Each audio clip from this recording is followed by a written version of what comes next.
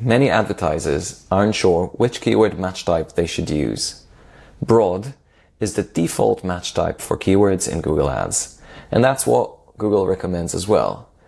But in most cases, it's a little bit too broad and out there. It's okay if you have a large budget and a lot of conversion data, and if you want to expand and grow your business aggressively.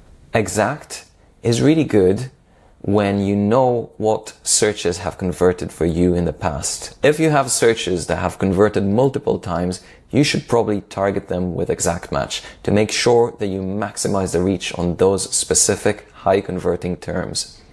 And then phrase is a good mixture between exact and broad. It allows flexibility and the ability to reach searches that you might have not thought of.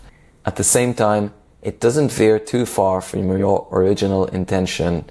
So phrase with exact is a good combination for a lot of businesses, and then a few broad keywords to experiment and see what searches come up. If it works, leave it and try to expand. If it doesn't, stick to phrase and exact. If you've found this useful, I recommend following us for regular tips on Google Ads and marketing.